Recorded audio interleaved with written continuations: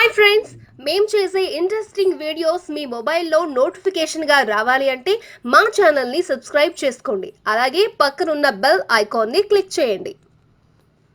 Hello friends, welcome back to our channel. ఈరోజు మనం చెప్పుకునే టాపిక్ పాత రూపాయి నాణానికి 25 లక్షలు 5-10 రూపాయల కాయిన్స్ ఉన్న మీరు లక్షాధికారి అంటున్నారు సోను శర్మ. పాత కాయిన్స్కు నిజంగానే లక్షల రూపాయలు ఇస్తారా? ఒకవేళ ఇస్తే ఎందుకు ఇస్తారు? ఆ కాయిన్స్ మీ దగ్గర ఉంటే ఏం చేయొచ్చు? ఈ వ్యవహారంలో మోసాలు జరగచ్చా? ఇలాంటి ఎన్నో అనుమానాలు సహజంగా వస్తూ ఉంటాయి. పాత నాణాలు, కరెన్సీ నోట్లను సేకరించడం కొంతమందికి హాబీ. మరికొందరు జ్ఞాపకాల కోసం దాచుకుంటారు. కొందరైతే ఈ పాత నాణాలను దేశం నలుమూల నుంచి సేకరిస్తారు. దీనికి ఎంత ఖర్చైనా కూడా వెనుకాడరు. వీటితో అప్పుడప్పుడు ప్రదర్శనలు కూడా నిర్వహిస్తూ ఉంటారు.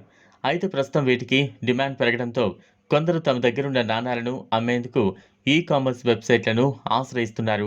పాత కాయిన్ల క్రయ విక్రయాలన్నీ ఎక్కువ శాతం ఆన్లైన్ వేదికగా జరుగుతున్నాయి. ఇందులో అమ్మేవారు నాణాలకు ఒక ధర నిర్ణయిస్తే కొనేవారు తమ కొనుగోలు ధరను చెబుతారు. ఇలాంటి వాళ్ళు దేశవ్యాప్తంగా ఉంటారు. వివిధ ట్రేడింగ్ కంపెనీలు, అసోసియేట్స్ పేరుతో ఆన్లైన్ సైట్లలో తమ ఆఫర్ ధరలను పెడుతున్నాయి. ఆ ధరలతో పాటు వారు ఎటువంటి నాణాలను, నోట్లను కోరుకుంటున్నారో కూడా స్పష్టంగా చెప్తున్నారు. అయితే ఇదంతా కూడా అందరికీ అందుబాటులో ఉండదు. ఎవరైతే ఆయా వెబ్సైట్లలో రిజిస్టర్ అవుతారో వారు మాత్రమే ఆ వివరాలను చూడగలరు. India Mart, Quikr, and money, coin bazaar వంటి ఈ-కామర్స్ సైట్లలో ఈ వ్యాపారం జోరుగా సాగుతోంది. దీని మీద ఆసక్తి ఉన్నవారు ముందుగా ఆయా వెబ్సైట్లలో అకౌంట్ ఓపెన్ చేయాలి. తర్వాత ఎవరికి వారే ఓల్డ్ కాయిన్స్, కరెన్సీ నోట్లు అమ్ముతామనో, కొంటామనో లేదా రెండూ చేస్తామనో వివరాలను తెలియపరుస్తూ రిజిస్ట్రేషన్ చేసుకోవాలి. ఆ తర్వాత వారి వద్ద ఉన్న నాణాలను లేదా నోట్ల వివరాలను, కోరుకుంటున్న విలువను తెలియజేస్తూ వివరాలను అప్లోడ్ చేయాలి. ఇవన్నీ ఒక ఐడి పేరుతో కనిపిస్తూ ఉంటాయి. ఆసక్తి ఉన్నవారు ఈ ఐడితో సంప్రదింపులు జరుపుతారు. వారిద్దరి మధ్య ఉంటుంది.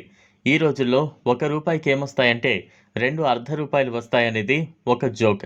కానీ ₹1 10 నుంచి 25 లక్షలు వస్తాయంటున్నారు ఓల్డ్ కాయిన్ ట్రేడర్స్. అయితే 25 లక్షలు పొందాలంటే ఆ నాణం కొన్ని అర్హత పరీక్షలు పాస్ కావాల్సి ఉంటుంది.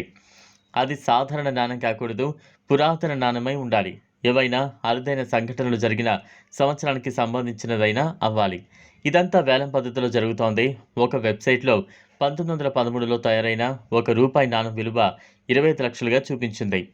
అయితే ఇది వెండితో తయారు చేసి ఈ నాణంపై విక్టోరియా రాణి బొమ్మ ముద్రితమై ఉండాలి అని కండిషన్ పెట్టారు. దీనిని విక్టోరియా కేటగిరీగా పిలుస్తారు. అలాగే మరో వెబ్సైట్లో 18వ శతాబ్దపు నాణం ధర 10 లక్షలు ఉంది. ఇది 1818 సంవత్సరం ఈస్ట్ ఇండియా కంపెనీకి చెందిన ఒక నాణం. ఇది రాగితో తయారు చేసి ఉండాలి.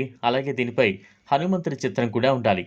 పాత రూపాయి, 10, 100 రూపాయలతో పాటు ఇతర పాత నోట్లకు కూడా మంచి డిమాండ్ అయితే ఉంది. ప్రస్తుతం పాత రూపాయి నోటు విలువ 45,000. పాత 100 రూపాయల నోటును క్వికర్లో 50,000కు అమ్మకానికి పెట్టారు. 1947 అంటే ఇండియాకు స్వాతంత్రం వచ్చిన ఏడాది నాటి రూపాయి నాణానికి 10 లక్షలు అమ్ముతున్నట్లు ఈ వెబ్సైట్లో ప్రకటన ఉంది.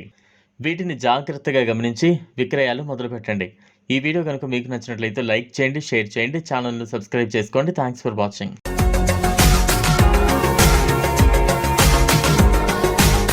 మరిన్ని అప్డేట్స్ కోసం మా ఛానల్ని సబ్స్క్రైబ్ చేయండి.